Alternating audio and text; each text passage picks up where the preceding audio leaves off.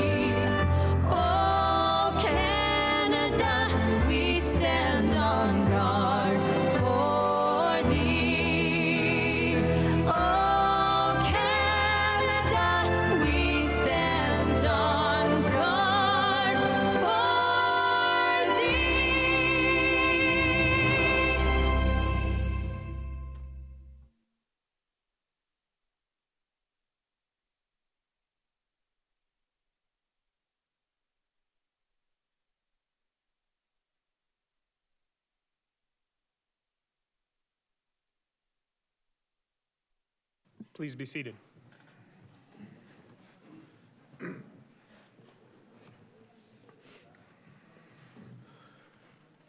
At this time, I'd like to ask Councillor Garcia to read the land acknowledgement. Thank you, Mr. Mayor.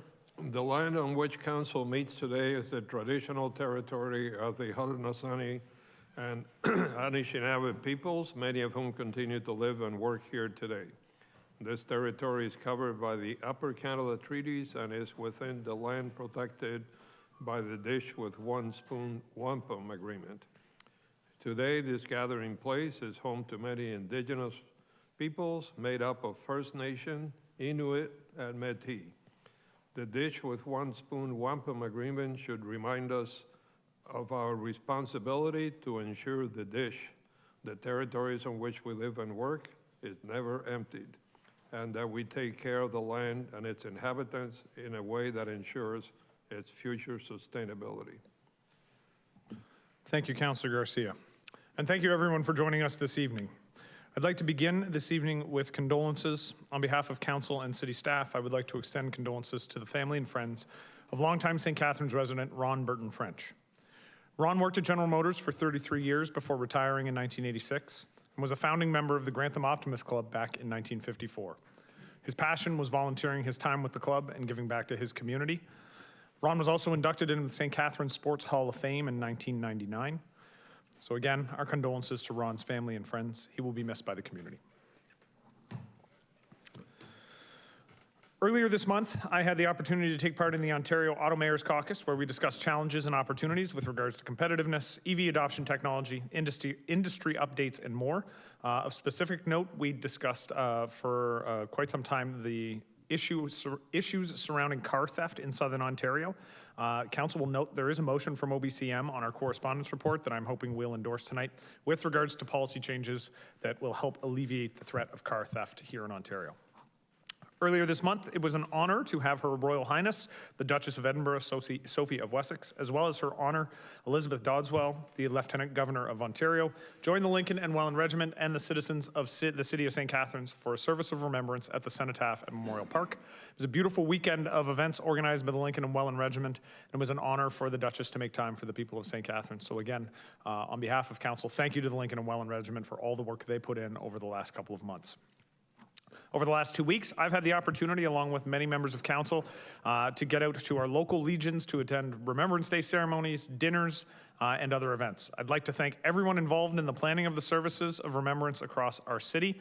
I hope all of you had the opportunity to take some time to attend one of those ceremonies and pay respect to the men and women who have and continue to pick up arms in the defense of our way of life. I want to say thank you to MPP Jenny Stevens for arranging an opportunity to meet with the Leader of the Opposition, Merritt Stiles, to discuss housing, homelessness, and governance. I know that MPP Stiles had the opportunity to tour the downtown with the BIA as well, and also participated in a housing roundtable on that Thursday. Thank you for making the time to visit our beautiful city and discuss the pressing issues our community is facing. The City of St. Catharines' annual United Way campaign is wrapping up at the end of November, and I wanted to thank all the staff members who have chosen to donate and help our community to thrive. Every year, our United Way committee, which is led by the co-chairs Alicia Angrilli in my office, as well as Kaylee Casano in CRCS, plan various employee engagement activities and events to raise funds for our community and connect with colleagues. Last year, thanks to our support, United Way Niagara helped over 175,000 individuals in our community who are experiencing poverty, food insecurity, mental health challenges, and homelessness. As a local area municipality, we also have the chance to win the Municipal Challenge. Each year, local municipalities who support the United Way Niagara may opt to participate in the Municipal Challenge. That initiative rewards the local municipality with the most employee participation in the annual campaign. Starting this year, the winner will be divided by determining the total funds raised by the municipality divided by the total number of employees. Given that we are the largest municipality, the system in the past was unfair and cheated us out of our rightful place as the champions of the Municipal Challenge. So now that they've changed the rules to properly reflect the giving nature of our community, I'm excited that even though it's been since 2017, we will get the cup back this year here in St. Catharines. I'd encourage all employees of the City of St. Catharines who are interested in donating or learning more about giving to United Way, please feel free to contact Alicia Angrilli in my office for more information. You can donate through payroll, a monthly credit card donation, or by making a one-time gift.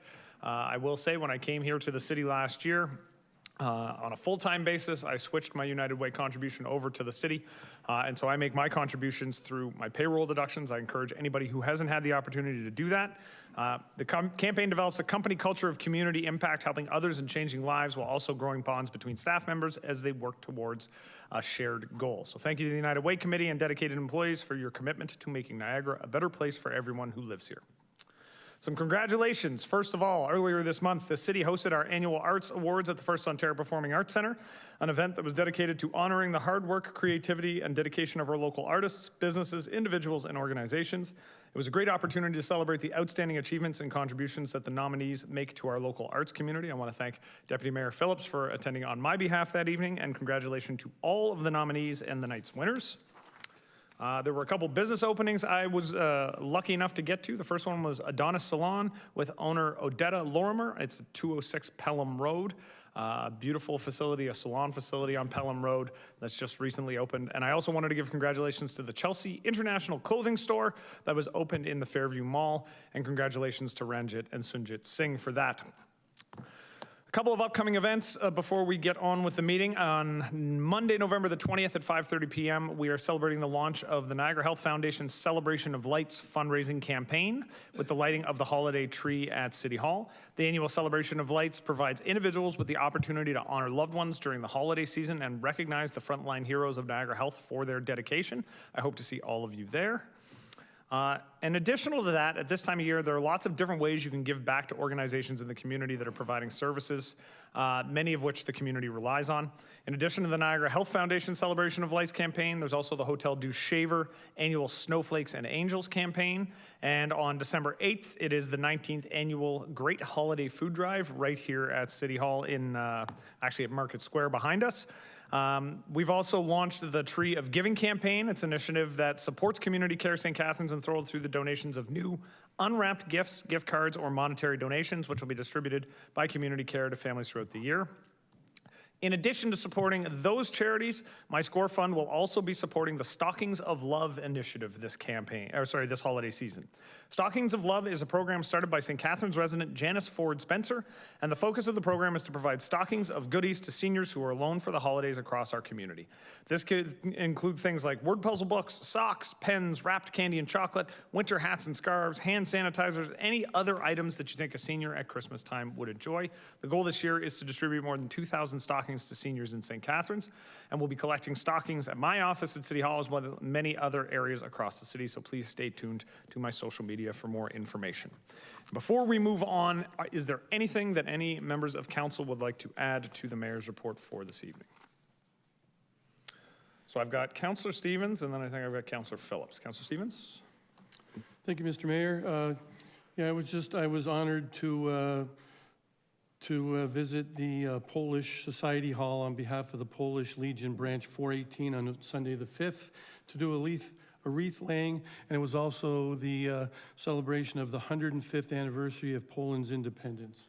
So that was a very well-attended event, and it was nice to do. And on November the 2nd, right here at Marketplace, Jillian's Place had their pancake breakfast, a very good charity thing, and I think Councillor Miller was there as well. I don't know if I missed anybody else, but another good event for another worthy cause. Thank you, Councillor. Councillor Lindell. I just want to thank Councillor Stevens, Councillor Ratzlav, Councillor Miller on behalf of the city, where we put on a great bowling display and for the Lions Club of Meriton, and that's supporting their blind citizens initiative. And we did great, and I just want to say, I won. Good to know, and I want to thank the councillors who did take part in that event. Councillor Phillips, did you have something to add as well? Yes, Mr. Mayor, thank you. Just wanted to announce or remind people that this Wednesday, the Sports Hall of Fame induction ceremony will take place at the Meridian Center. Doors open at 5 o'clock, and the induction ceremonies will start at 5:30, and 5 athletes and builders from St. Catharines will be inducted into the Hall of Fame coming up. So anyone who's interested in attending is more than welcome to come up to the concourse where the Hall of Fame is located, and that's where it happens. And secondly, on Sunday, the Niagara Symphony will be conducting, or Brad Tkachuk will be conducting Bolero, which is a Masterworks piece of music, and with him, or with the symphony will be a group of Japanese drummers from Toronto, and according to Brad, this is going to be a very, very exciting presentation, and there's some tickets left at a very, very reasonable price, and we invite everybody to be there. Thank you. All right, thank you, Councillor. And Councillor Williamson. Thank you, Mr. Mayor.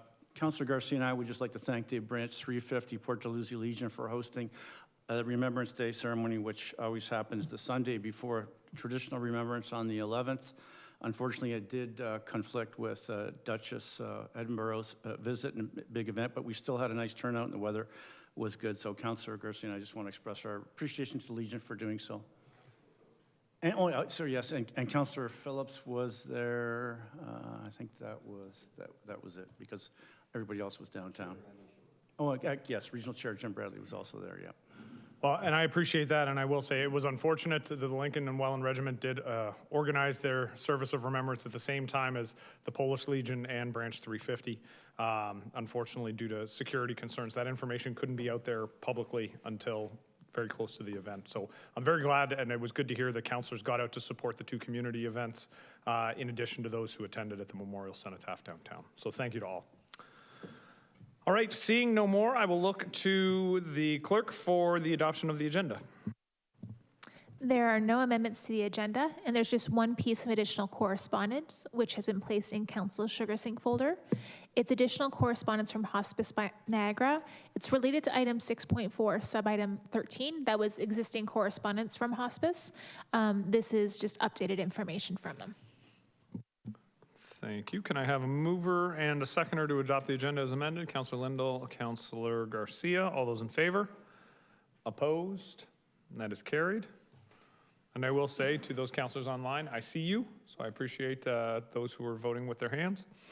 We'll move on to adoption of the minutes. We have the motion that council adopt the minutes of the special council meeting held on October 23rd, regular council meeting held on October 30th, and the council budget meeting held on November the 1st. Can I have a mover and a seconder? Councillor Dodge and Councillor Garcia. All those in favor? Opposed? And that is carried. Declarations of interest. Are there any declarations of pecuniary interest? Councillor Phillips.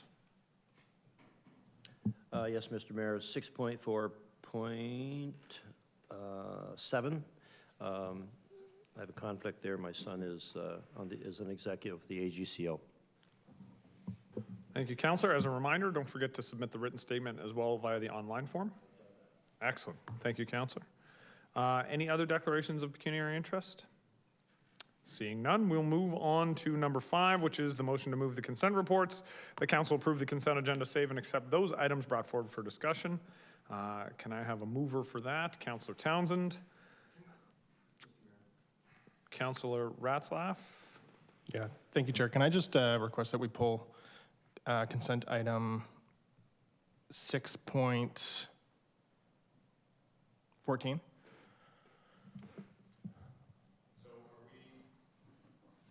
Do you mean 6.4.14? Yeah, that's right.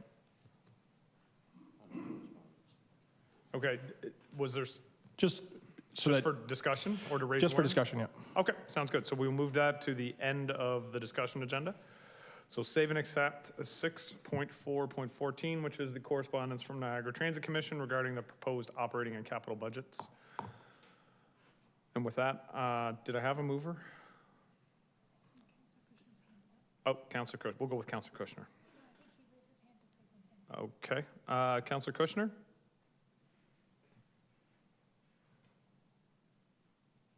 I think you're muted, Councillor.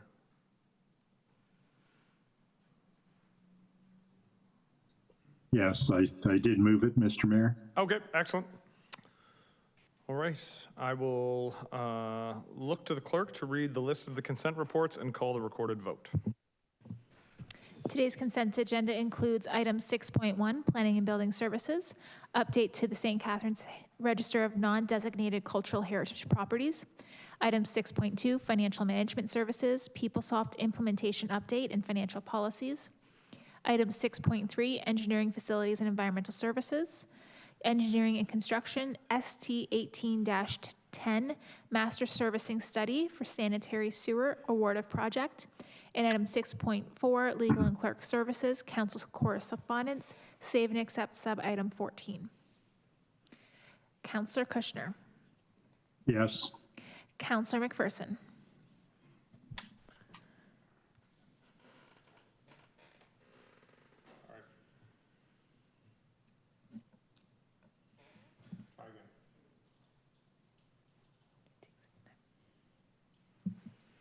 Magic. Yes. Councillor Stevens. Yes. Councillor Williamson. Yes. Councillor Dodge. Yes. Councillor Lindell. Yes. Councillor Phillips. Yes. Councillor Townsend. Yes. Councillor Ratzlaff. Yes. Councillor Harris.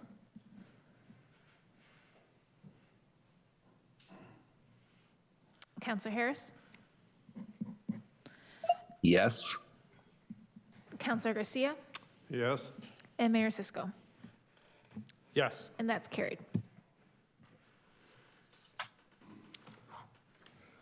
All right, so moving on to item 7, public meetings, there are none. Item 8, presentations, there are none. So we'll move into item number 9, discussion reports. And the first one is 9.1, engineering facilities, environmental services, St. Catharines greenhouse gas emissions and proposed new targets. Before discussing the report, we will hear delegations from Herbert Sawatsky, Lindsay Taylor, John Bacher, and Wally Braun. So at this time, I will now call Herbert Sawatsky to present. Mr. Sawatsky, the lectern here is yours.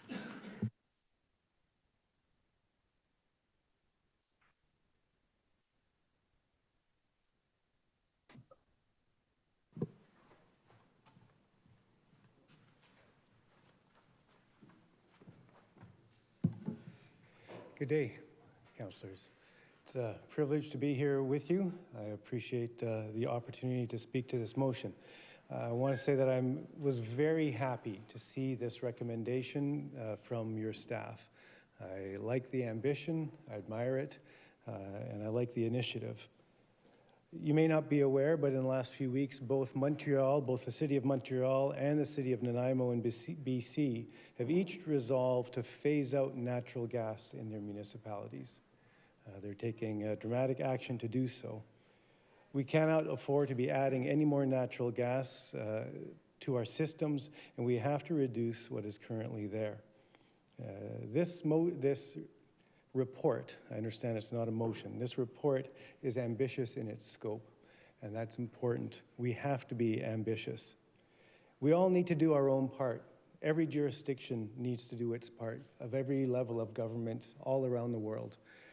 I'll share that in my perspective, there's far too much finger pointing and waiting for other jurisdictions to act. Each jurisdiction needs to take its own initiative. Let China worry about China. Let India worry about India. Let St. Catharines worry about St. Catharines. We can do it. We have the tools we need. We can't waste time waiting for others to act. Every single home can switch out its gas appliances and replace them with electric appliances. We have done part of that in our own home. We got a heat pump. It works incredibly well. And over 6 months, I've been surprised to see that our utility bills, combined electric and gas, have gone down. I wasn't expecting that yet. We can require homeowners to switch out gas for electric equipment when it reaches the end of life. Bill C-22, which no environmentalist was a fan of when the province brought it in about a year ago or so, nevertheless allows for green development standards. Every single municipality in Ontario is allowed to bring in green development standards in their municipality. We can do it here. There's a real strength, especially in community design. We cannot simply electrify everything. We need to design our municipalities so that they're mixed use and higher density, designed around active transportation, not designed around cars. We can't simply replace every gasoline car with an electric car. The amount of mining that we're going to have to do to achieve that is just devastating. Right? We're going to need to mine 4 times as many minerals to create an electric car to replace a gas car. We can't do that to our world. We can't do that to other communities. We need active transportation, and we need bus transportation. And since the chair of the Regional Transit Commission is sitting behind me, I'll take this opportunity to say that we cannot reduce our transit funding. Agreed 100%. There we go. There we go. There we go. Mixed-use, high-density municipalities and design advance us on so many levels. We can address affordability when we head that way.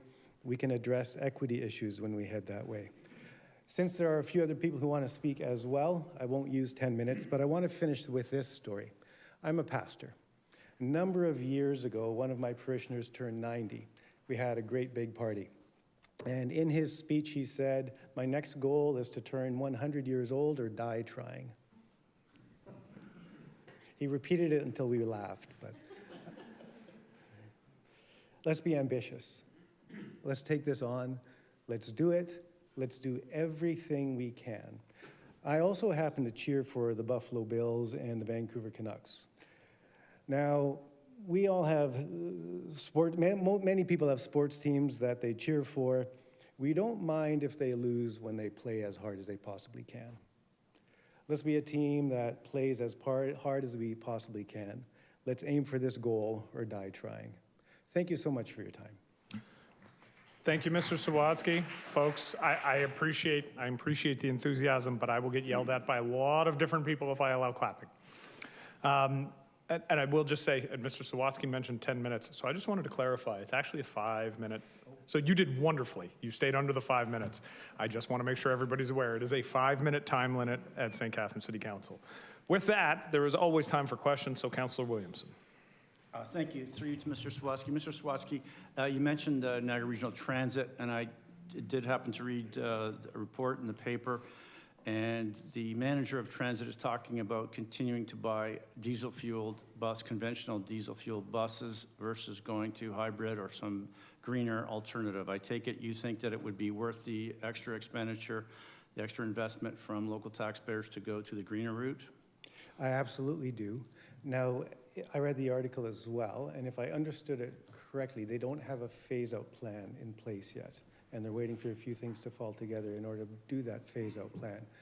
Again, since the chair of the commission is sitting behind me, we need to not only discuss upfront costs, but also life of equipment costs, which is refueling, and which is also maintenance.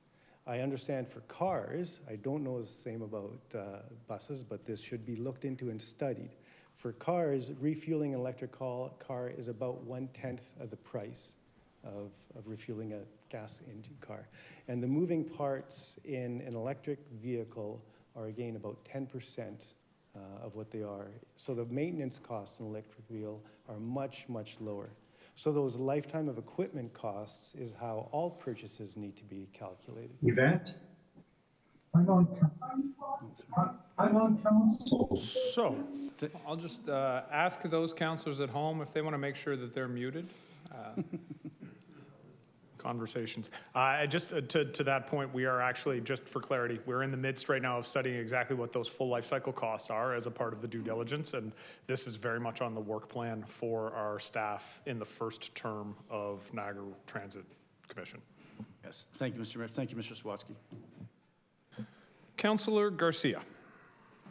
Thank you, Mr. Mayor, and thank you, Mr. Sawatsky. I'm intrigued by your comment about 2 municipalities that are phasing out natural gas. Can you elaborate on that? Like, how soon would they do it, and how would they do it? I'm not aware of their timelines. I know what they can do is simply, require any kind of I'm going to call it an electrical heat source, right? So that could be a variety of heat pumps and district heating, all of which are well-established technologies. Most of them were invented in the 1880s.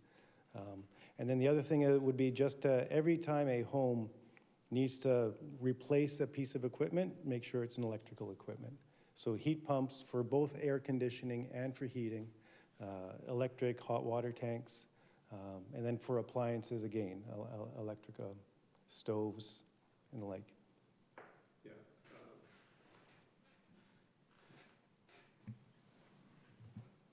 There we go. Thank you. I was aware of those Okay. those appliances and so on. I was just wondering if they were planning on doing this on a short-term basis, and how would they do it? But I didn't read timelines. Yeah. Okay. Sorry about that. Thank you. Yeah. Thank you, Councillor Garcia. Any other questions of the presenter? CKTB asked me to take a picture of the council. Where do I do that from? If you want to, you can take a picture from right here. Yeah. Smile, friends. I'll get me and Matt in the selfie. Me and the mayor in that selfie. We can do a selfie. I'm fine with that. Oh, yeah? First over here. Oh. Ooh, that's a good picture. Yeah, that is a good one, isn't it? Mr. Sawatsky, you know. And now you and me. I'm going to hide behind your head. No, you get in there. Oh. Well,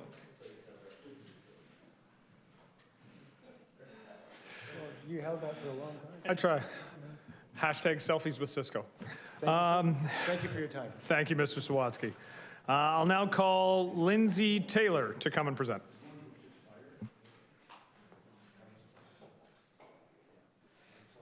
Ms. Taylor, the lectern is yours. And as a reminder, it is a 5-minute presentation. Thank you. Hopefully I'm not too tall for this microphone. I can raise this? Like this? Yeah, it's the heels. Okay, there we go. Absolutely, love it, love to see it. So good evening, city councilors and esteemed community members. My name is Lindsay and I'm a proud resident of St. Patrick's Ward. Tonight I stand before you as both a local homeowner and the sustainability director with the St. Catharines Downtown Association. In the heart of our city's pulse, downtown, my daily experiences underscore the urgency of implementing sustainable solutions. Whether it's advocating for green infrastructure, promoting active transportation, exploring sustainable community drainage solutions, the list goes on. Our downtown is a canvas of potential waiting to be tapped. I'm so grateful to all the city staff and councilors who've taken time out of their busy days to have these important conversations with me about our downtown and city at large. I truly feel that we have an amazing city council and mayor who care deeply about our community and want to get to work. Our main streets, the lifeblood of any thriving community, are the original 15-minute cities, convenient hubs where services are within arm's reach. Densification here is not just a choice, it's a necessity to foster a sustainable and vibrant urban core. As a homeowner, I keenly feel the weight of the affordability crisis that burdens us all.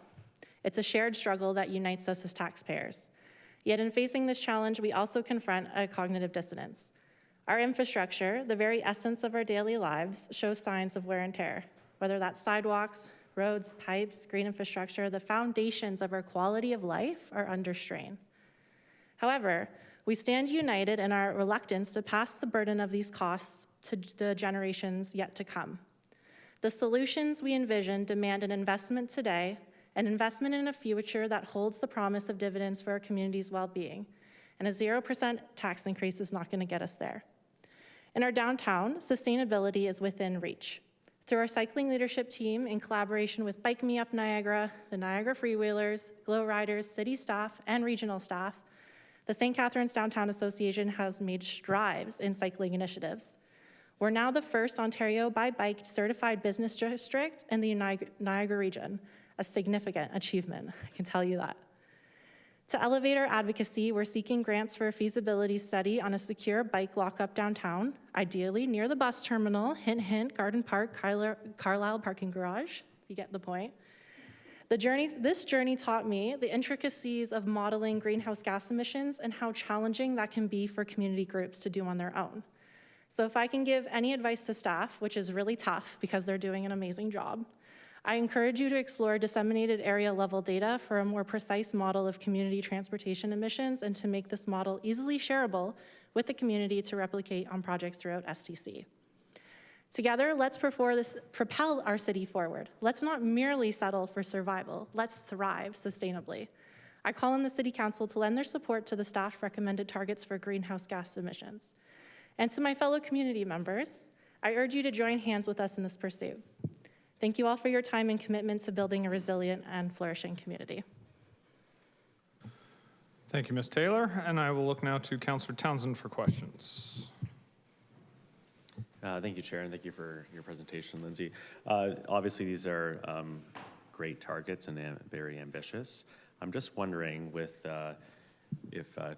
type of role trees play in this, this goal. I mean, trees are certainly a very important aspect of, clean air and helping us meet our targets. I know Councillor Williamson and this council did pass a resolution to plant 100,000 trees over the next 10 years. I'm wondering, from your point of view, you mentioned data and looking at the data and how important that is, but I'm wondering if you can share, obviously, what type of roles trees will play in this as well.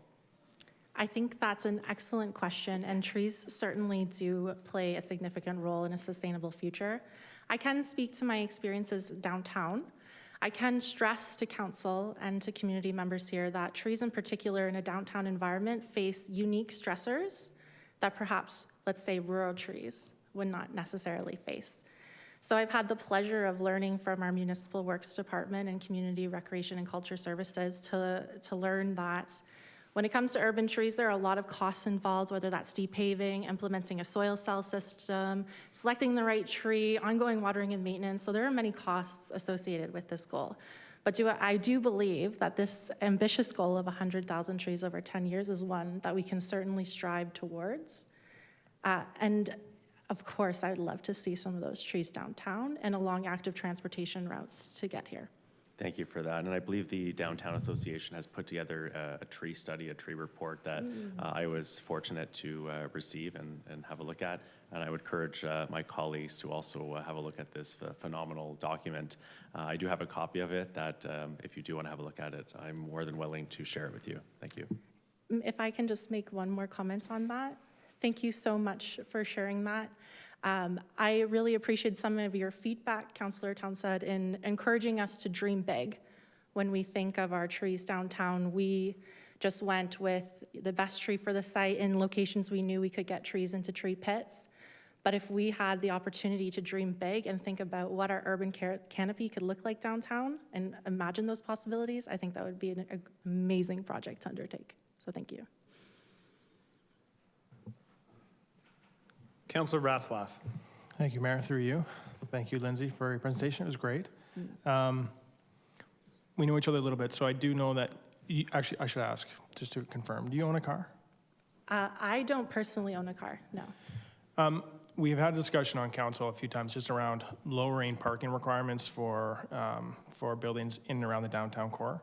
And so as someone who doesn't rely primarily on their vehicle to get around and so doesn't use a parking spot, how do you find it? Like, how do you find commuting in St. Catharines? I appreciate that question. So I'm gonna start with my most recent experience of purchasing an electric bike. That was my primary mode of commuting throughout the summer. I put over 500 kilometers on it, if anyone's curious. My biggest challenge with commuting downtown for my job is secure bike lockup, so that's definitely a gap for me.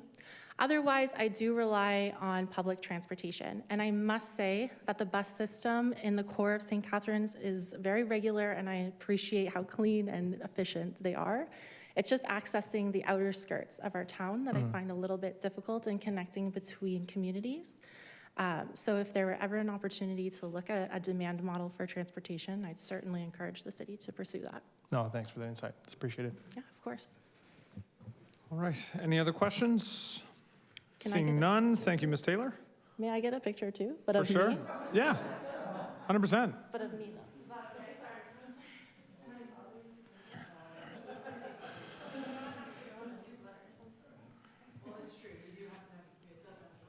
Thank you. Love it. Love it.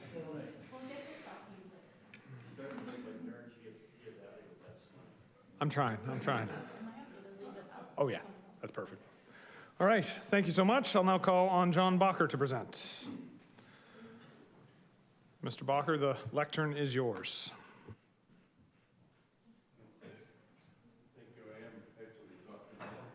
Yes. My apologies. My apologies, Dr. Bacher, yes. My doctorate is actually related to what you're talking about tonight because historical work has been on the history of science, and I'm pleased that from our community there was actually a former reeve of Grantham Township, Delos Beadle, who helped change attitudes towards forests in North America. They were previously seen as, something as an impediment, just burn them out and get rid of them and farm everything. He was actually quite a brave politician because he was actually defeated in an election because at that time you could raise livestock on your home, and he wanted to make sure they were fenced so they couldn't run in the street and, eat trees in people's lawns and that. And was actually defeated in the election that said poor man would supposedly suffer from this. No, I'm pleased that no one has challenged the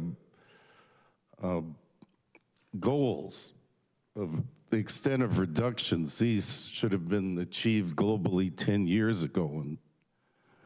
And when the king was his coronation, some of his broadcasts from 10 years ago were recirculated on the internet.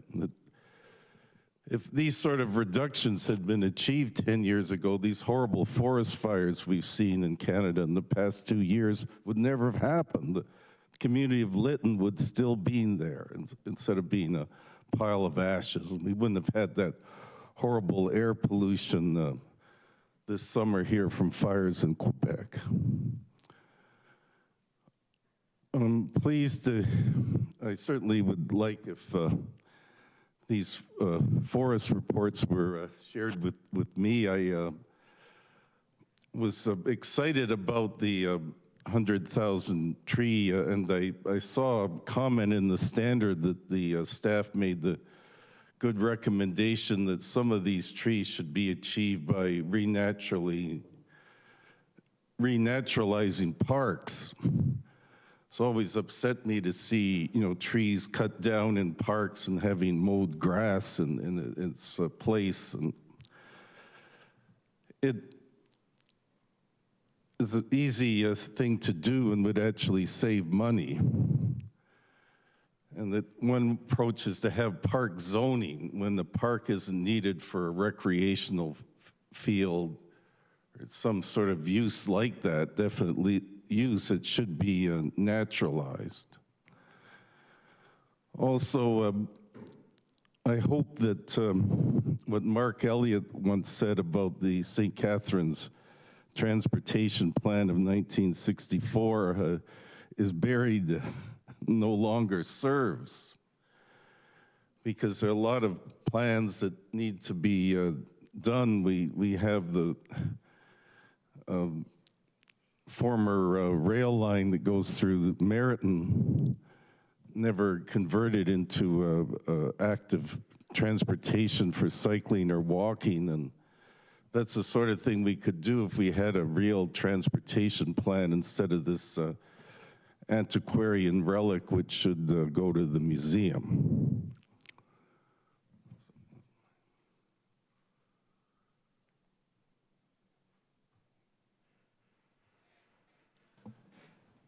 Is that? Yes.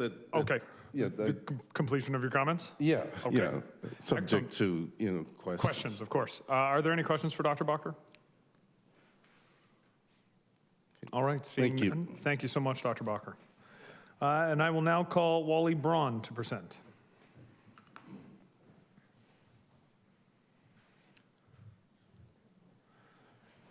Mr. Braun, the lectern is yours.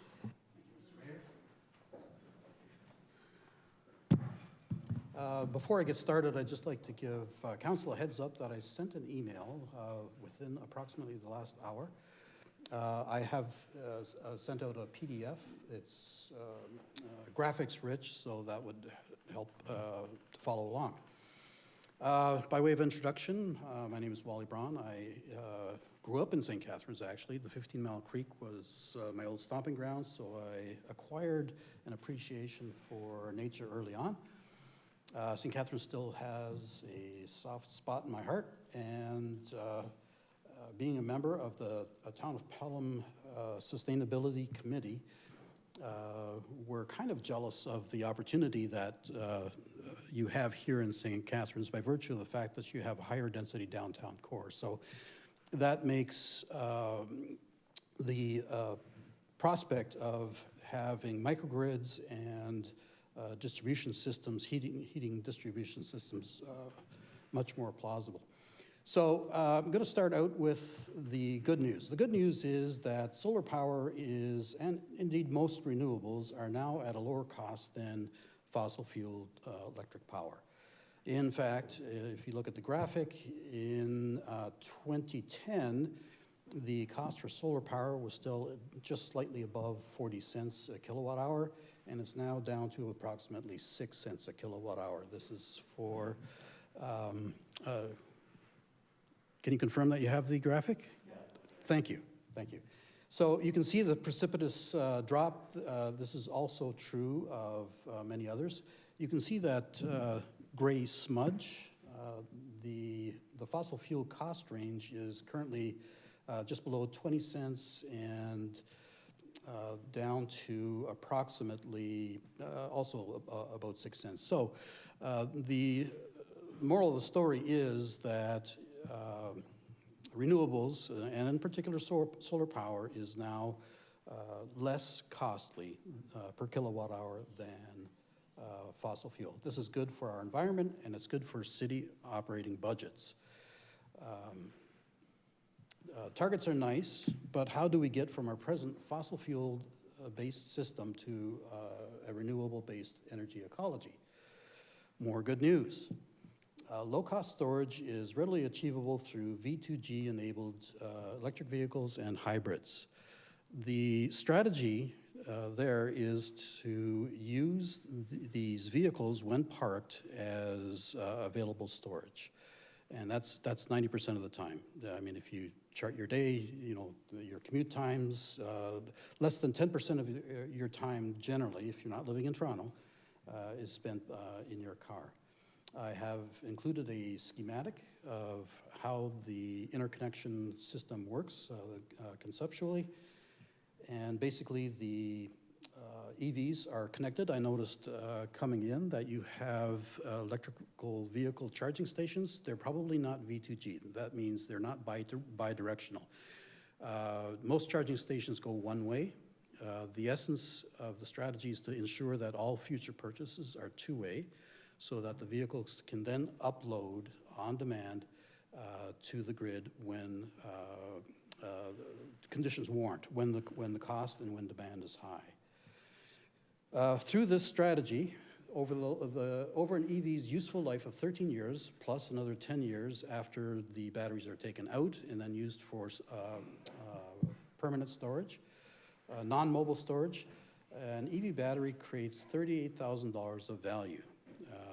That is many times the cost of the purchase price of the battery, and the effects on ownership costs of an electric vehicle drops precipitously. It's 65% less than an internal combustion engine after you take into consideration the benefits.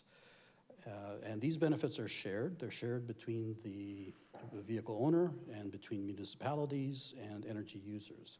So there's a deal to be had here. So we need a number of policy recommendations, and we need to enact procurement policies that mandate a vehicle-to-grid bidirectional charging, the V2G, and capabilities for all new municipal fleet purchases. I understand that you're considering going in the direction of electric vehicles. This is a good thing, but please ensure that they are V2G enabled. I've included at the end of my presentation a list of vehicles currently in Canada that are in fact V2G enabled.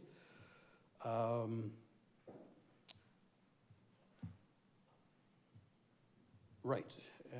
So that's for municipal fleet purchases, and we need to find policies that also encourage consumers to do the same.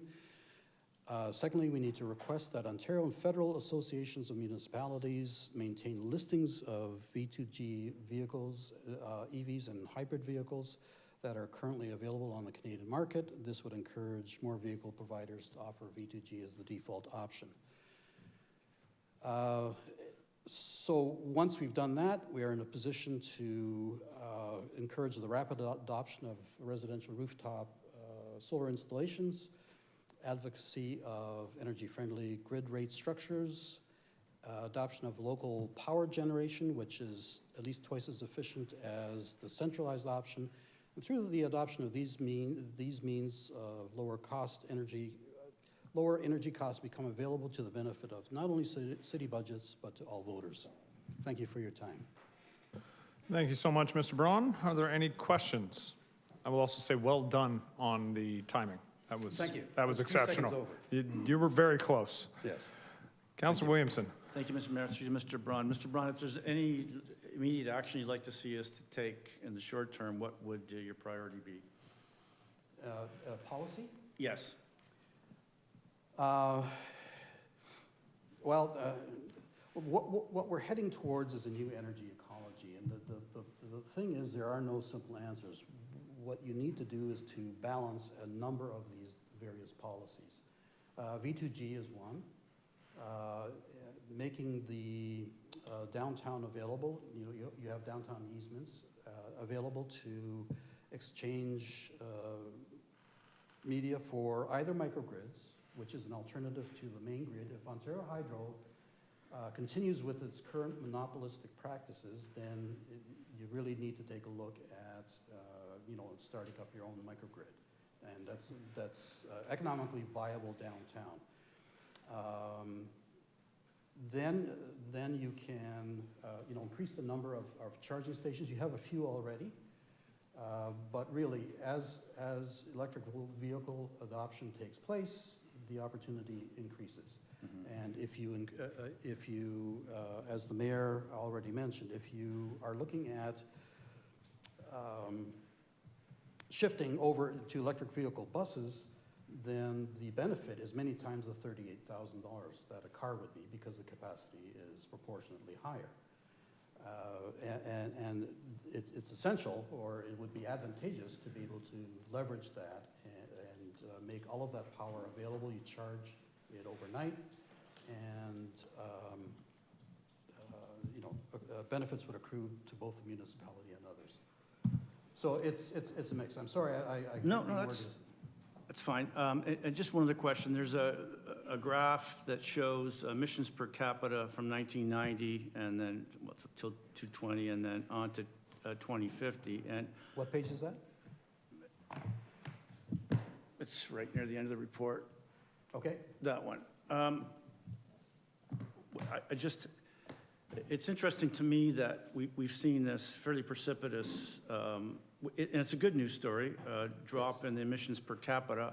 But when I look around, I see people driving larger vehicles and larger homes being built. I mean, I don't know exactly how those reductions have happened, because it doesn't seem like there's been that much of a change to lead to this. Behaviors to me haven't changed that much in order to see the success that we've had. So I would account for that by recognizing that what we're seeing now is the low-hanging fruit. People are taking advantage of the low-hanging fruit, and as we move forward, continuing to decrease emissions is going to become more and more difficult. The single most effective policy, bar none, is higher carbon taxes. That are returned to consumers to hold them harmless from it. But that's not within the local jurisdiction. You can advocate for it at the federal level. I think we're at $65 a ton right now. It's been estimated that you need to get to about $150 a ton before you start seeing changes. I noticed that when gas went to about $4.50 a gallon some years back, it did affect behavior in that people stopped buying SUVs, and they started looking at smaller cars, and it helped electric vehicles and hybrids take off as well. Thank you. The carbon tax would be it. Unfortunately, it's not within your jurisdiction, but we can advocate for it. Thank you. Mr. Braun, if I could just ask if you can make sure you're in front of the mic when you're speaking. Certainly. We do have a couple of councillors at home that I want to make sure are able to hear you. Sorry. That's okay. Councillor Townsend. Thank you, Chair. Through you to Mr. Braun. Appreciate your presentation. It was very much appreciated. My question is in regards to, do you feel, or maybe if you can just kind of talk about the role that like battery energy storage would play.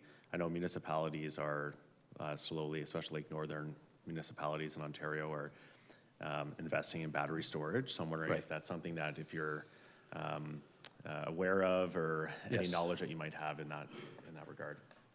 Elon Musk is a very smart guy. He figured out up front that the implications of it was called the round-trip efficiency. Round-trip efficiency of electric storage is about 80%. That is, you put power into a battery, you get 80% back. Most other technologies like hydrogen storage, you struggle to maintain 60%. And if you're talking about converting the hydrogen into methane, you're dropping down to below 50% round-trip efficiency. So, yeah, I mean, municipalities are investing in battery storage, non-mobile battery storage. The advantage of the V2G is that you're shifting the capital cost of that investment onto the private, except for buses. But if we all do it, it shifts to the private sector, and you make it worth people's while to, when you share the $38,000 benefit over the life cycle of a car, you make it worth their while to make their battery available for grid conditioning purposes. And this is great for everybody. But we need to get out in front of it and encourage auto manufacturers to actually offer it. The incremental cost up front to equip their vehicles is marginal. with a V2G rather than just a one-way charging situation. But they need to be convinced, and Elon Musk is not convinced. That might be because he's in the business of making batteries, and he makes more money if he sells his power stations as well. So I'm not sure if I answered your question. I'll just say thank you, I appreciate that. Okay. And what I take from that is, it's important to invest in that as well, in that technology, as to what I'm taking from you. Yeah, it's a done deal because being environmentally friendly is a great thing, but it's also, the numbers are in favor of adopting these technologies. Everybody's better off doing it financially. And if we do it on a city scale, on a regional scale, it helps city and regional operating budgets. All right. Seeing Councillor Kushner online with a question. Sure.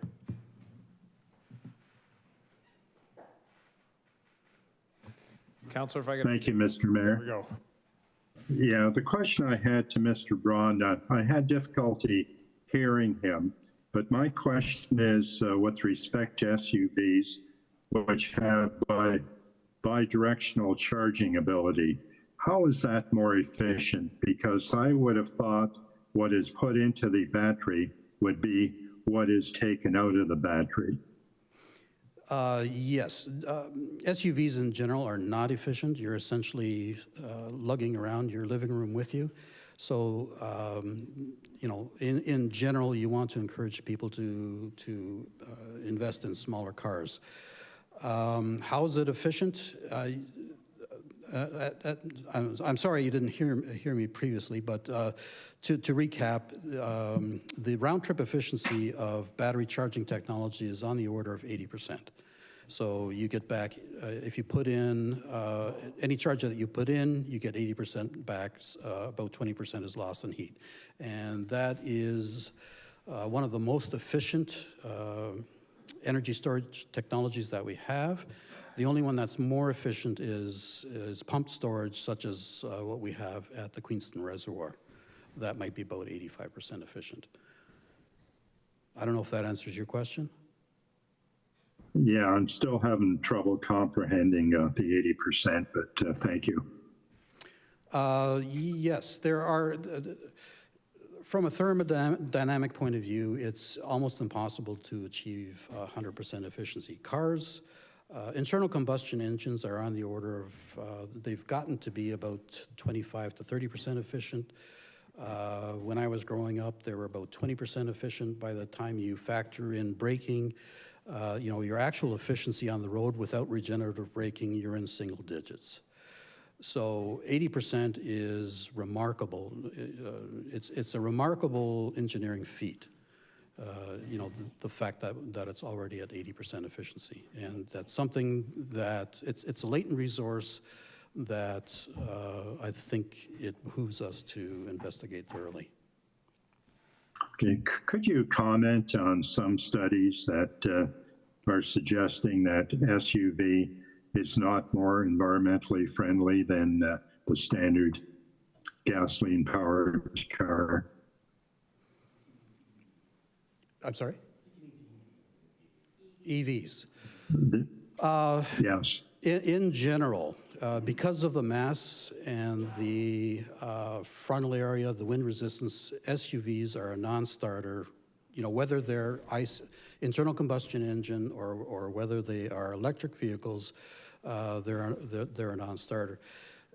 I would just observe that the auto industry and oil companies have a vested interest in keeping us buying SUVs, inefficient vehicles, because that's where their profit margins reside.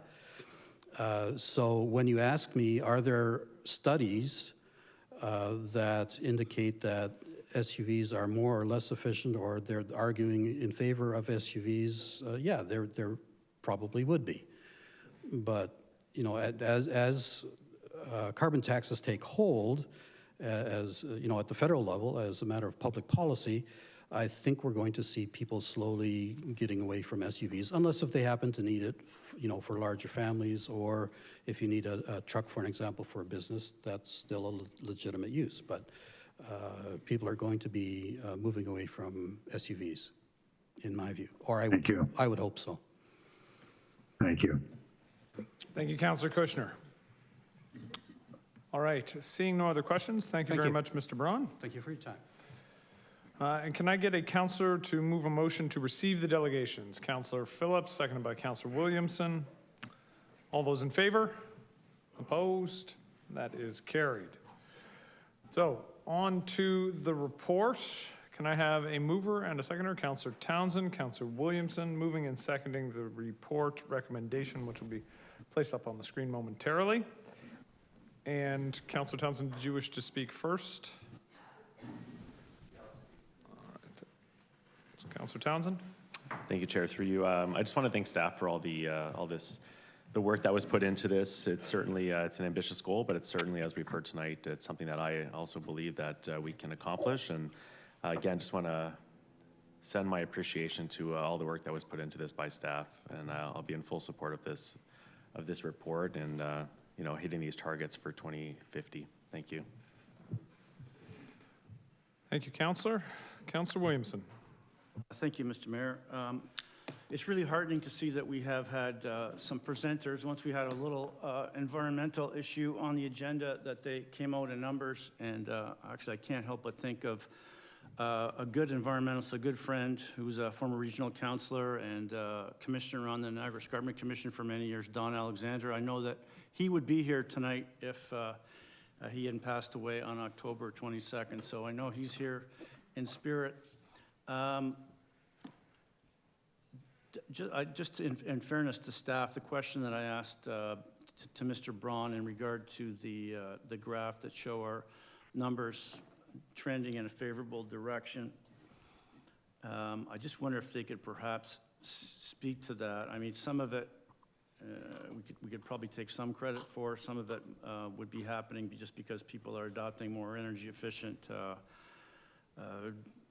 They're insulating their homes and doing all kinds of those things, and maybe somewhat more fuel-efficient cars. So the question is how we managed from 1990 to 2020 without really doing anything explicitly at the city level. How has this transpired through you to Mr. Green or Mr. Martuccio? Yeah, through you, through you, Mr. Mayor, to the councillor.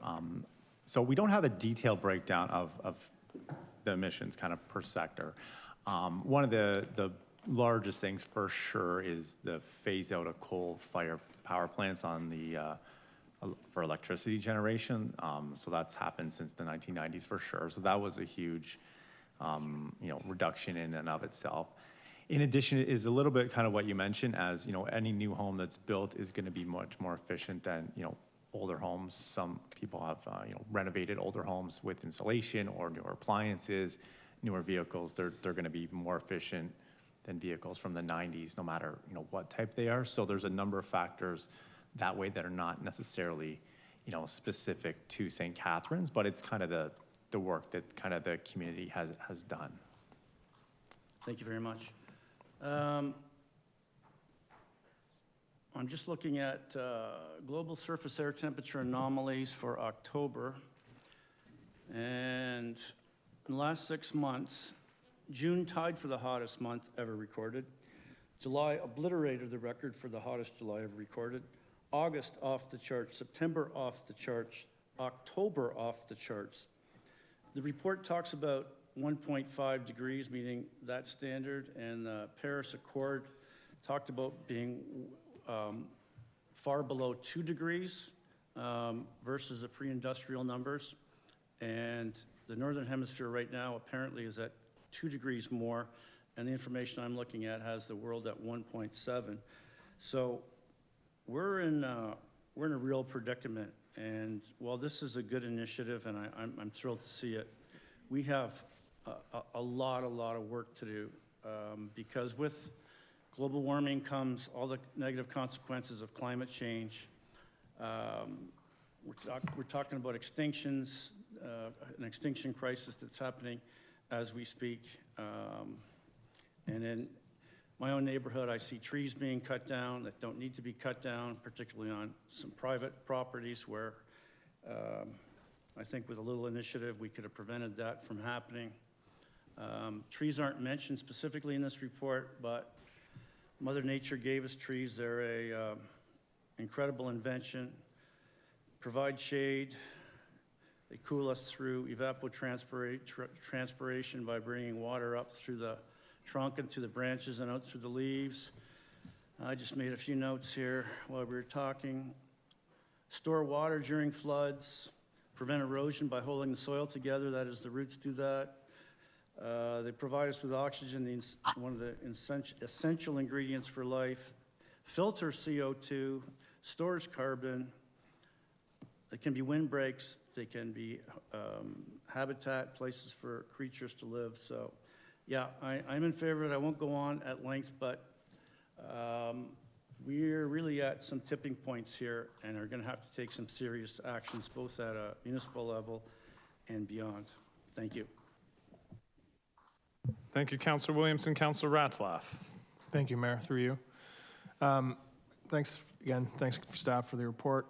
I think it's a good news story, especially in light of a summer where I had to keep my kids indoors for a few days because of wildfires in Ontario.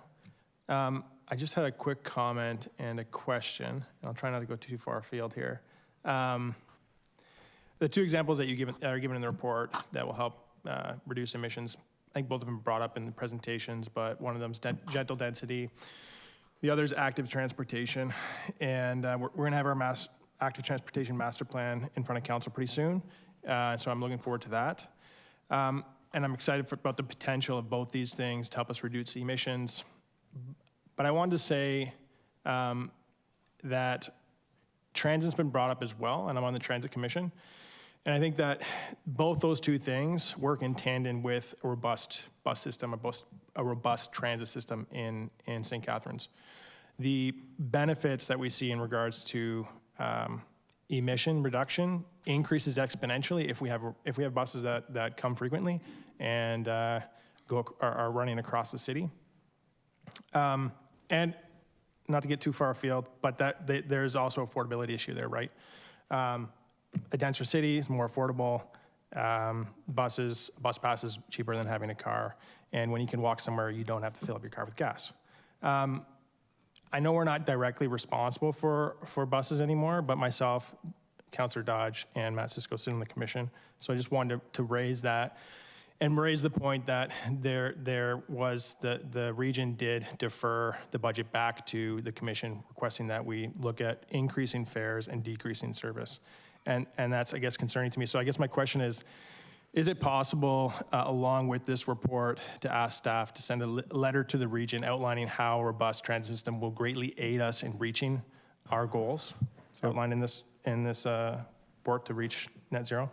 Councillor, I would suggest if you wanted to, report request isn't the appropriate time. I don't think it would be appropriate to do it with this motion, but if council wants to provide direction to the mayor's office to send such a letter, if you want to provide direction at this time, we can do that. If you want to pass, I can't really pass a motion at this point, but it's not really appropriate as a part of this motion, but as a separate direction, we can do that. Yeah, no. Okay, so if you want to provide direction, and I'm just looking around the table, I saw a few nods, so if council is comfortable with that, I'm happy to take that as direction to my office to send correspondence tomorrow. That'd be great. I mean, I did pull the transit report, so would it be more appropriate to talk about direction? That would be the appropriate, I forgot that you had done that, yes, that would be the appropriate time to do that. No, thank you. I wasn't exactly sure, but I think that would be great, because yeah, I do think that a robust transit system, along with our active transportation master plan, focusing on gentle density in our city core, is going to be really key to lowering emissions, to getting people, and the affordability issue, right? Like, if you can't afford that second, third vehicle, at least you can afford a $3 bus pass. Anyways, thanks. Thank you, Councillor Ratzlaff. Councillor Phillips. Thank you, Mr. Mayor. Excellent report, and it certainly is nice to see us achieve a goal ahead of time. That doesn't happen very often. I guess to Mr. Green, we've achieved, actually we're expanding our goal into 2030 and farther. What initiatives do you see us taking to get there so fast? What are we going to do to get there so fast? How are we going to do it? Yeah, through you, Mr. Mayor, to the councillor. So at the end of the day, this is a bit of a, non-binding goal. These are kind of community missions that the city doesn't have kind of complete control over. So there's things that we can do to help kind of encourage, residents and support them. So things like active, transportation, that's definitely, an option. And as the one speaker talked about, installing vehicle charging stations and those type of things, as well as some of the actions that council's taken to kind of lead by example and help control our own emissions. So I think those are certainly some of the things. At the end of the day, it's not certainly within, staff or council's kind of control, but we can kind of help encourage and help residents get there. As you drive through the rural areas, you see these massive farms of solar panels. And I know when we built the Meridian Center, when we built the Kiwanis Aquatic Center, which is LEED Silver, we talked about putting solar panels on roofs. Is that something is it economically viable? Is it something that we should get ourselves into to save ourselves money and possibly sell some power back to the grid? Is that something that we're considering? To you, Mr. Mayor, I'll take that question. Yeah, so we are investigating opportunities to reduce our greenhouse gas emissions and to play a leadership role within the community. I think that will be demonstrated in the construction of the new fire station number 2, which will be a net zero carbon building, which will have solar panels, no gas-fired appliances in the building. So I think if we could demonstrate the successes of builds like that we do for the city, that would help provide that leadership role. We also are planning on replacing components of buildings, and we're always looking at doing them in the most environmentally friendly way, so that the initiative does help us to achieve our greenhouse gas emission targets. That sounds good. And lastly, you just mentioned the new Linwell Fire Station is going to be carbon neutral, and I talked with Chief, and possibly we're going to be building another one on Pelham Road someday soon. The one on Linwell, the savings, is that part of this report, or is that savings that will be gleaned once it's completed? Through you, Mr. Mayor, no, those savings would not be reflected in this report. The emissions at this time would have been with the former fire station when it was in operation. But I think that kind of does underscore the whole point of setting these targets, especially setting that, net zero 2050 target. If we're, building a building now, and that building's still going to be here in 2050, if we don't build it to net zero now, then we would have to go and rehabilitate it or rehab it, and that's just partway through its life. So that's good news. We're well on our way to get started again. Thank you, Mr. Mayor. Thank you, Councillor Phillips. Councillor Stevens. Thank you, Mr. Mayor. Really good presentations by all. I just have one, I guess it's a question, but it probably can't be answered here. When we always talk about net zero and zero emissions, and I'm talking globally too, I don't hear anyone ever talk about what did it cost to get those net zeros. Like, you talk about these electric batteries and the mining that's involved to get this out of the ground, and everyone says it takes more energy to dig this stuff out of the ground and use up more and more and more. Is any of that factored into this net zero thing? And then does it really become a net zero if everything costs more to produce this to get a net zero at the end? That's one of the problems I have. I will support this, and we need to do everything we can to save the environment. It's just one of those things personally that we keep talking about it, but what was the cost to get there sometimes? I don't think it's always. Mr. Green? Through you, Mr. Mayor. Definitely there are trade-offs with different technology, 100%. That being said, I think as one of the presenters had mentioned, we're not going to get to net zero by only just building batteries and changing electricity. So some of the other things, right, like better insulation in your home, that's going to be a net savings over time, especially over the lifetime that you're going to be in that home or someone would be in that home. Planting more trees, those type of things, definitely they will have net environmental impact. So it definitely has to be looked at. There's definitely not a silver bullet for sure. And technology will continue to change. And when we're looking several decades out, there'll probably be much better improvements than there are right now. Thank you. And, the tree goal that we have is very good. The city planted my new tree in my front yard, and I got a new tree there a couple weeks ago, planted one in the backyard as well. If you look at photos in the city here 100 years ago, it was a lot of farmland, and I'm not just saying orchards, it was farms, and there was no trees. So even in the last 100 years, the trees that are in our city are probably, there's probably 100,000 more than there was 100 years ago. When you look at the photos on the historical sites and the whole Ridley College area and all along the canal, there was nothing there but farms and farmland, and now there's trees and forests. So, we have made strides since in the last 100 years, and we continue to do so. Thank you, Councillor. Councillor Miller. Yeah, thank you. I'm happy to see this report, and thanks to all the work that went into it. As you may recall, we updated our 2030 emissions to 45% 3 years ago, so it is great to see this an even more aggressive target being approved.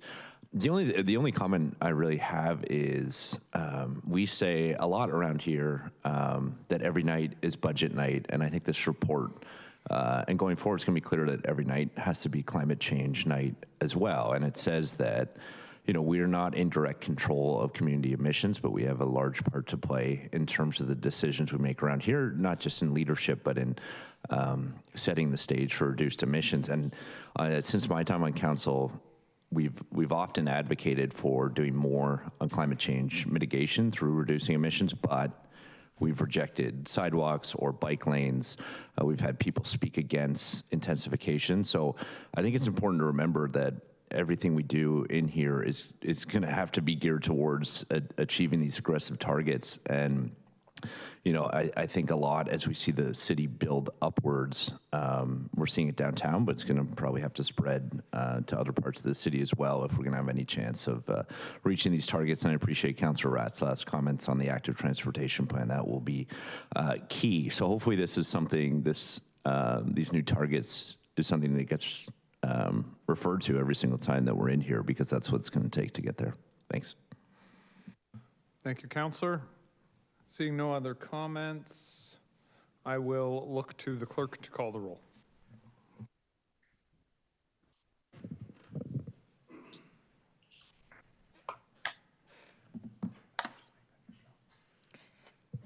Councillor Townsend. Yes. Councillor Williamson. Yes. Councillor Dodge. Yes. Councillor Garcia. Yes. Councillor Harris. Yes. Councillor Kushner. Yes. Councillor Lindell. Yes. Councillor McPherson. Yes. Councillor Stevens. Yes. Councillor Ratzlaff. Yes. Councillor Phillips. Yes. Councillor Miller. Yes. And Mayor Cisco. Yes. And that's carried. All right, moving on to item 10.1, support of the recommendations. Sorry, wait a minute. We're going to move on to 9.2, which was originally 9.4.14. So that is the Transit Commission budget, and there will be a motion to receive the budget. Councillor Ratzlaff, I assume you're moving that. Can I have a seconder for that? Councillor Dodge, because she is our other transit commissioner. So with that then, speakers to this, Councillor Ratzlaff, I'm assuming you wish to speak to this?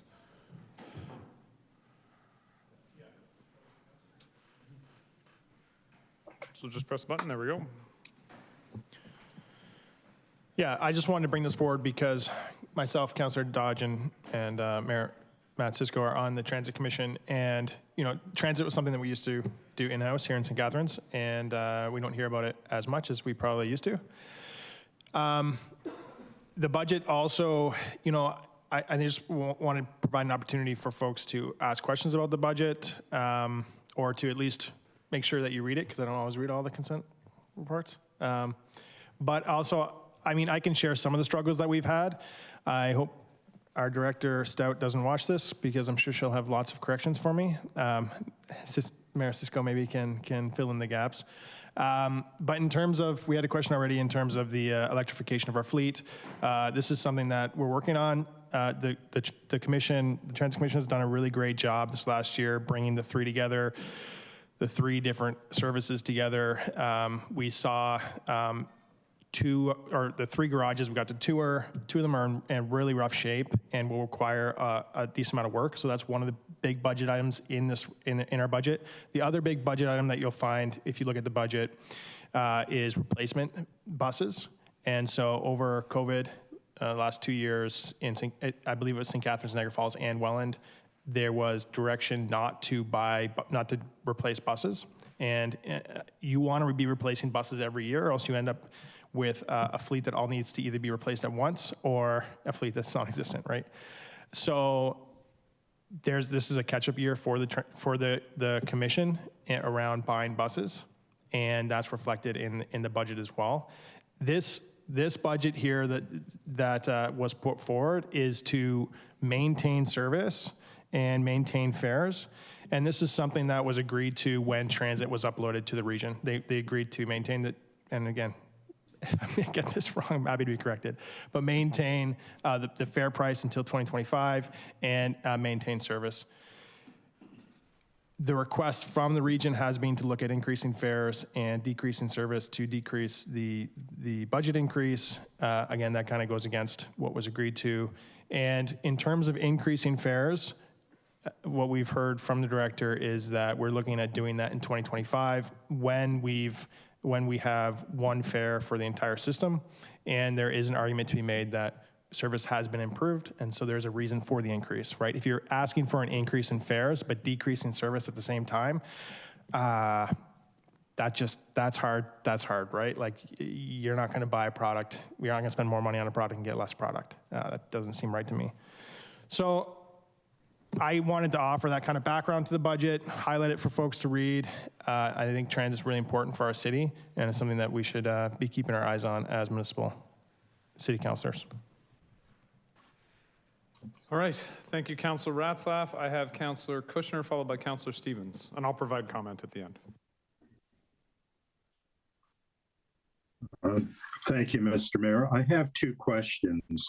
The first is, how does the budget now compare to what was originally proposed in the business plan? Are we meeting our targets in the business plan? So, Councillor, I'll do my best to respond to that from memory. In terms of the pro forma that was originally put forward, I believe the actuals are a little bit off of what was originally conceived of. A lot of that has to do simply with the rapid increase in prices. Fuel costs specifically are higher than were anticipated.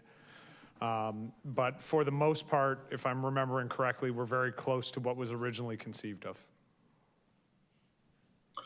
Okay, and my second question is, how does the ridership within the city compare to what we had as we're city-owned?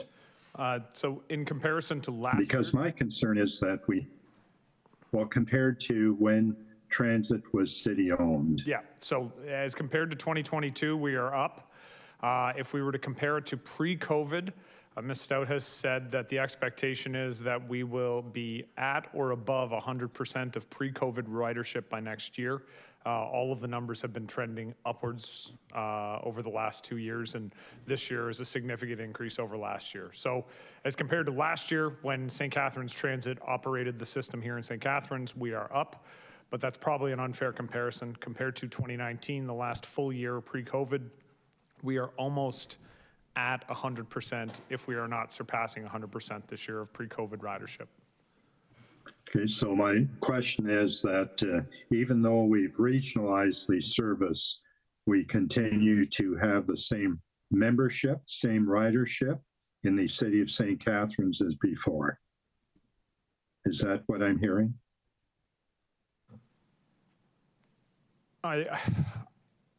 It's difficult to say. Again, our ridership is higher this year than last, and the expectation is, based on the numbers we've seen, that next year our ridership will be greater than it was in the past in St. Catharines.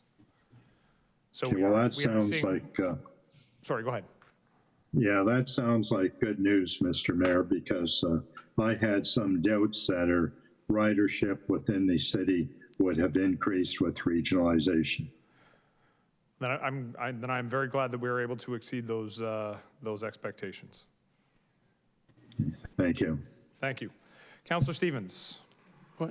Just a question, Mr. Mayor. This was dated October 30th. Did I not read that the regional council sent this back to get revamped as well? So it was at the council budget meeting on Thursday night, it was referred back to regional staff. This is probably the best time to point out. So a lot of ink has already been spilled saying that, the transit budget is going up by 7.8%. It's important to note, and councilors, if you take a look at Appendix 3 of the report, item 14, it does indicate that in St. Catharines, that number is significantly lower. It's 2.4%. Now, there's a little bit of a fluctuation in the change in assessment. Our assessment growth wasn't quite as high. But the bottom line is the increase in St. Catharines is less than a third of what the regional increase will be. And that has to do with the rationalization of service hours in other municipalities. So, there's a pie of costs, and that is divided by ridership and not by ridership, by service hours in different municipalities. Other municipalities are using significantly more hours than was expected with the original budget, so their share of the pie gets bigger. St. Catherine's share of the pie does not. So that's why our increase is very small, below the rate of inflation this year. Thank you. Councillor Ratzlaff? Sorry, do you mind if I just say one last thing? One more thing. I already talked once, so I just want to make sure we're okay. Yeah. Okay, thanks, Mayor. So I did send that motion or that directive to, do we have a copy of it?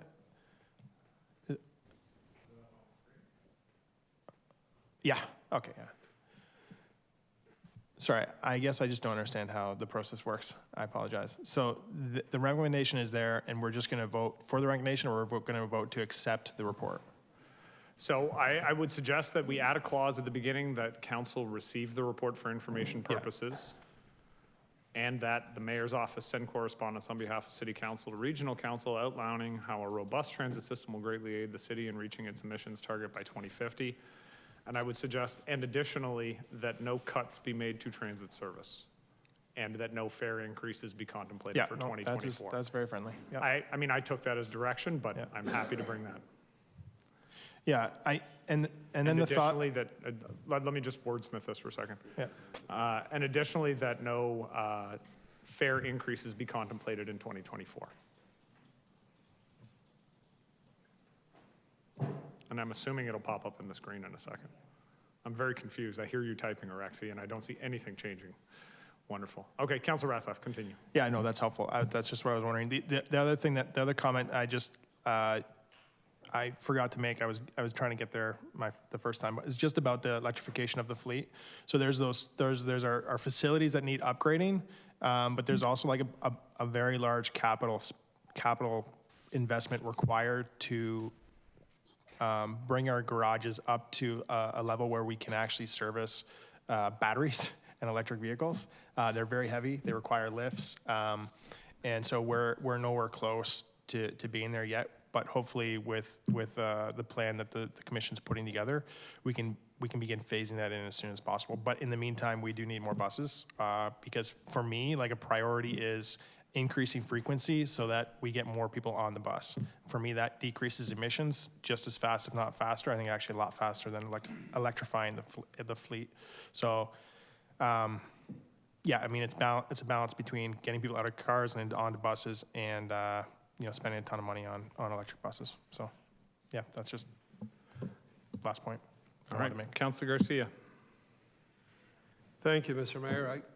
I have a concern about what we've written there, and that we're here discussing emissions, reducing emissions, and I can see the first part of it, but I don't know that I feel comfortable that saying that no fare increases be contemplated ties in with reducing emissions. So I think it's important to recognize that the correspondence is actually specific to the operating and capital budget submission. So I think Councilor Ratzlaff's initial intention for the letter would be related to our environmental goals, but additionally, because the budget was referred back to the commission with a request for service cuts and fare increases, that the letter also, and we can separate that out as, so Rexy, if I could ask you, after 2050, put a comma. Enter, enter.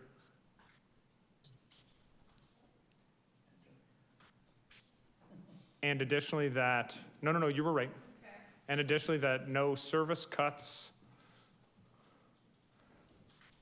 or fare increases. And then take out, be contemplated in 2024. So there are two clauses there, because I think that's what Councilor Ratzlaff was getting at. Yeah. Thank you, Mr. Mayor. I don't feel comfortable supporting the second one because I don't know enough about it. So we can split those when the time comes if councilors want to. Okay, so seeing no other comments, I will just very briefly speak to this. A couple things that I think it's important, and I appreciate Councilor Ratzlaff for pulling this. A couple of the things that have come up at council, at regional council. There's been a lot of discussion about the capital program and the capital summary that I believe is page 20 of 23 of the report, so if you're curious. There's been a lot of talk, councilors at the regional level see very large gross capital expenditures, and they think that they need to cut those. And the question keeps getting asked, well, can they just wait a year? Can we wait a year? Can we wait a year? In the case of the buses that we're replacing, the simple reality is no, we can't wait a year. No, we shouldn't spend money on refurbishing the buses. That would be a terrible use of money because the added lifespan that you would get would not make up for the massive cost as compared to simply purchasing new buses, which, as Councilor Ratzlaff's actually done a pretty good job of explaining, other properties did not choose to do that over the last several years leading up to the merger. We are in desperate need at this time. And it's important to note that the total gross capital for this upcoming budget year is $23 million, of which only 2.1 million actually comes from the taxpayer here in Niagara. A further 500,000 comes from development charges, and the rest is funded from provincial and federal dollars. It's ISIP funding, which has already been announced, and it's provincial gas tax funding, which has to be spent on a transit system. So there's no other option for those dollars. We're either giving up the $15 million and sitting on $5.4 million, which can't be spent on anything but a fair charging transit system, or we're replacing the very real capital needs that we have at the Transit Commission. So I've tried to explain that to Regional Council. It was turned around. The municipal transfer agreements that were signed do clearly state that service levels are to be maintained. I believe it's a 7-year period. I know that was something that this council asked for, that our services be maintained, that they not be cut in the city of St. Catharines. I don't believe Regional Council identified communities that wanted to see service cuts, so I don't know exactly where they think service cuts will come because the Transit Commission can't actually suggest them. We have MTAs that very clearly indicate that we're supposed to maintain service levels. Additionally, and I think Councilor Ratzlaff mentioned this, but I will say fare increases at this time are probably a mistake as well. Fare increases affect the people who depend on the system the most, and I don't believe they're the right choice at this time. I would have to go back and look at the MTAs to see if they are actually held back, but simply increasing fares from a desire to deal with the bottom line without any of the additional impacts that those fare increases could create, I think is a mistake. And as I previously mentioned to Councillor Kushner's question, we're seeing our numbers come back and they will surpass pre-COVID ridership. In an era when the cost of everything is going up, when the cost of private vehicle ownership is rising through the roof, our transit systems are going to be more and more important. And so I was very frustrated when council made the decision to defer the transit budget or refer it back to transit to look for changes. I will be continuing to advocate for it when it comes to budget night at the region because I think it's an important line that needs to be maintained. And I will point out the discussions in the lead up to the merger were almost entirely, at the regional level at least, almost entirely about service enhancements and municipalities talking about service enhancements. So for anybody to now turn around and talk about the cost of the system when the only conversation was service enhancements, and truthfully, the only questions we really get on a regular basis about transit are exactly the same as what Councillor Williamson was asking about. How quickly can we transition to a green, electric or hydrogen fleet? When those are the questions that are being asked, to then turn around and say, but I'd like to see us cut the capital investment and cut the budget, it's people pulling in both directions at the same time, and I don't think it makes much sense. Councillor Dodge. Thank you, Mr. Mayor. In speaking to you saying that I didn't want to raise that question about when we had, come together and that we were told that no decrease or increase or anything in our services would happen for the 7 years. So I'm wondering, is it redundant that we take that out of there? Additionally, that no service cuts? Because if they can't do it, then we don't need to be asking for that. And I think that's a fair comment. And from a St. Catharines standpoint, I don't believe so. The only reason I had suggested, I think Councillor Ratzlaff had taken the suggestion, is because those were specifically asked for by regional councils. So if our council believes in the integrity of the MTA, I think it would be a good idea to put that into the letter to reiterate that this was what was agreed to, this is what we all understood. But I leave that to the will of council. Council can choose to vote against the second clause if they wish. Okay, it's not that I want to vote against it, but maybe if that's the case, we should be saying, like, reinforcing the fact that the agreement was that there would be no service cuts for 7 years, not just for 2024. And I will happily take that as a direction if this passes, a direction to reiterate that very specific point, that this was included in the MTAs and it should be adhered to for the full 7 years. And I'm asking, should that be included in this motion? Perhaps we look to Councillor Ratzlaff as a friendly amendment in brackets after no service cuts, and then in brackets as agreed to through the MTA. Would that work, Councillor Dodge? So that's specifically included? Yes, because I think that sometimes you open the door and they say, oh, well, they said 2024, they didn't say anything about. So this way we're saying not the MTA or 2024. I appreciate that, and I will happily slam the door closed on their faces. Thank you very much. Thank you, Councillor Dodge. Seeing Councillor Garcia. Thank you, Mr. Mayor. So I hear what Councillor Dodge is saying, which is a good point. Can we further separate service cuts and fare increases? Because I think those two are totally different. So when the time comes, we can vote on those two pieces individually, and then we'll vote on the rest of the motion. Well, actually, we'll vote on the rest of the motion, and then we'll vote on those two pieces in the last statement. All right, so with that, I will look to the clerk to call the roll on the first two clauses. So we're voting on the council received the report for information purposes, and then we're voting on the second clause all the way up to 2050. And Councillor Ratzlaff. Yes. Councillor Dodge. Yes. Councillor Williamson. Yes. Councillor Kushner.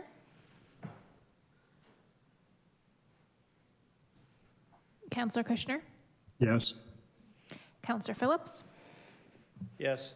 Councillor Townsend. Yes. Councillor Garcia. Yes. Councillor Miller. Yes. Councillor Harris. Yes. Councillor Lindell. Yes. Councillor Stevens. Yes. Councillor McPherson. Yes. And Mayor Cisco. yes. And that's carried. Right now that we'll be voting on service cuts as agreed to. In my vote, We're going to be voting yeah, on. Mr. Mayor, Yep. my vote was yes. Yes, we got that. Thank you, Councillor. Did you hear me? Yes, Councillor, we did hear you. Okay, thank you. Thank you. Now we will vote on the third clause, the first portion. So Thank you. You're welcome. We'll be voting on no service cuts as agreed to in the MTA. Councillor Ratzlaff. Yes. Councillor Dodge. Yes. Councillor Williamson. Yes. Councillor Miller. Yes. Councillor Townsend. Yes. Councillor Phillips. Yes. Councillor Lindell. Yes. Counselor Kushner.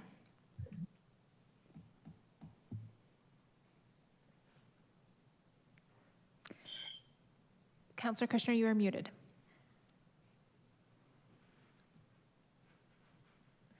I'm going to move on to Counselor Harris. Yes. Counselor Garcia. Yes. Yes. Yes. That's a yes from Counselor Kushner. Counselor McPherson. Yes. Counselor Stevens. Yes. And Mayor Cisco.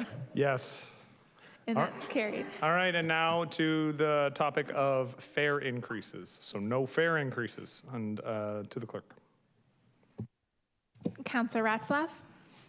Yes. Counselor Dodge. Yes. Counselor Townsend. Yes. Counselor Garcia. No. Counselor Harris. No. Counselor Lindell. Yes. Counselor McPherson. Yes. Counselor Kushner. No. Counselor Miller. Yes.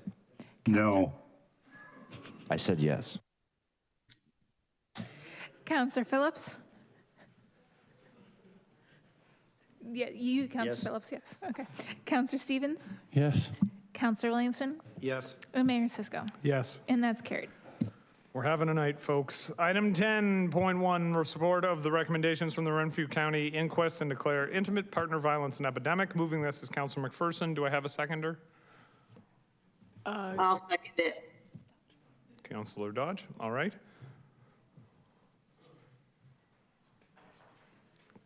Councilor, did you want to speak to it? Okay, so Councilor McPherson. Thank you, Mr. Mayor. I won't read the incredibly long motion. No, I won't. I think with recent events in the region, and I think it's important that as a city we take this opportunity to declare intimate partner violence as an epidemic and ensure that, and advocate as best we can and support those organizations that do take care of women who are in need of support and safety in our community. I'll keep it brief. Thank you. Thank you, Councilor. Any speakers to the motion? All right, seeing none, I will look to the clerk to call the roll. Counselor McPherson. Yes. Counselor Dodge. Yes. Counselor Ratzlaff. Yes. Counselor Lindell. Yes. Counselor Townsend. Yes. Counselor Harris. Yes. Counselor Garcia. Yes. Counselor Miller. Yes. Counselor Phillips. Yes. Counselor Kushner. Yes. Counselor Stevens. Yes. Counselor Williamson. Yes. And Mayor Cisco. Yes. And that's carried. All right, are there any calls for notice of motion for the next meeting? Seeing none. Report requests. I have Councilor McPherson that staff prepare a report by Q2 2024 with a strategy for decorative/informative construction hoarding, and I have Councilor Townsend that staff prepare a report for Q2 2024 on Ontario municipalities' private tree bylaws and how St. Catharines can implement a similar bylaw. Any other report requests? Councilor Miller. I didn't send this to the clerk. I did email with Ms. Josipovich. I was just wondering if we could review our Airbnb licensing bylaw and see if there's any way to treat so-called affordable Airbnb rentals differently than we treat the average one. No specific timeline required on that. So I'm just going to look to Ms. Josipovich. You understand the intent? Yes. Wonderful. All right, so then we'll just put from Councilor Miller, an affordable Airbnb. Staff review our Airbnb licensing bylaw for affordable rentals. Short-term rentals, not Airbnb. Sorry. Affordable rentals. Seeing no others. All in favor of the report requests? Opposed? That is Councilor Garcia. So Mayor, just a question to Councilor Townsend on the timing for that report request, because I think we need to see that. I don't know if the rest of council saw that media release we got today about the charges that were laid against people that cut all these trees down on Martindale Pond. And I mean, I have seen the photos of these. Like, we're not talking about just cutting a little bit of brush to see the pond. I mean, we're talking about cutting trees this big around. So I would just state, though, I believe those were on public property. So those would not be subject. No, I know, but I'm saying it's so important that we protect our trees. That's all I'm saying. Oh, agreed. Yeah. All right. So we did vote, and we all voted in favor, so they all went through, so wonderful. I think staff do take that, yeah. Councillor Stevens? When do we ask, or when do we find out about outstanding reports that were due, like in the fourth quarter of this year and stuff like that? So the outstanding report list is usually attached as the final correspondence item. So it is attached to the agenda this evening. And if you have questions, yeah, send them through to the clerk, and the clerk's office can help you out. All right, we're moving on to item 13, which is committee and task force minutes. We have a motion that council receive and file the minutes of the advisory committees of council as presented. Mover and a seconder, Townsend and Garcia. Thank you, councilors. All those in favor? Opposed? That's carried. No closed session. No motion arising from closed session. Motion that the bylaws listed on the council agenda as A to E be read a first time, considered and passed, and that they be signed and executed by the mayor and the clerk. Mover and a seconder, Councilor Stevens, Councilor Lindell. All those in favor? Opposed? That's carried. Following bylaw, additional bylaw A be read a first time, considered and passed. The bylaw to authorize an agreement with GM Blue Plan Engineering Limited. One reading with respect to master servicing studies, sanitary sewer under project number ST 18-10. Can I have a mover and a seconder? Councilor Townsend, Councilor McPherson. All those in favor? Opposed? That's carried. Motion to adjourn. Miller, McPherson. In favor?